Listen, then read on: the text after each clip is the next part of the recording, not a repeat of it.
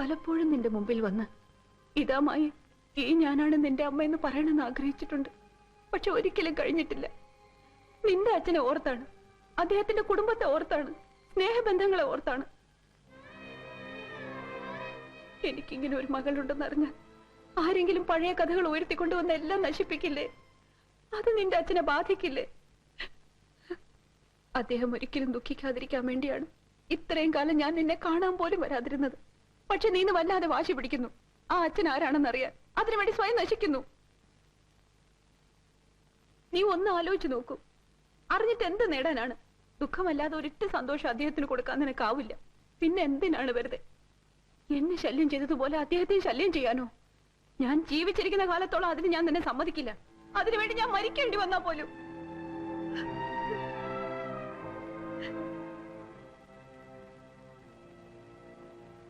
എനിക്കറിയാം, ജീവിതത്തിൽ ഒരു തെറ്റും ചെയ്തിട്ടില്ലാത്തവളാണ് നീ.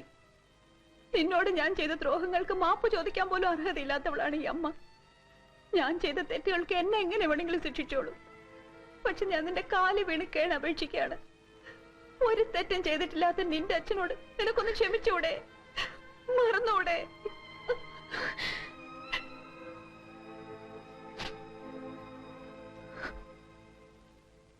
നീ എന്താ ആലോചിക്കുന്നേ?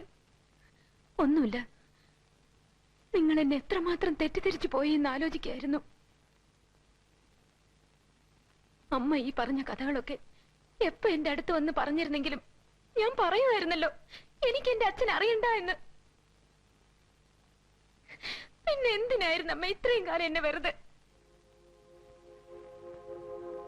ഇപ്പോഴും ഞാൻ പറയുന്നു, എനിക്കറിയണ്ട എന്റെ അച്ഛൻ ആരെന്ന്.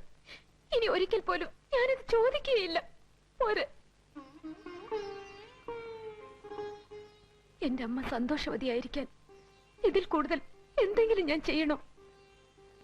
നീ പറയുന്നതൊക്കെ സത്യമാണ് മായ. സത്യം. ഇതോർത്ത് ഇനി അമ്മ വിഷമിക്കരുത്. ഞാൻ ഒരിക്കലും അമ്മയെ ശല്യപ്പെടുത്തില്ല. അമ്മ പൊയ്ക്കോളൂ.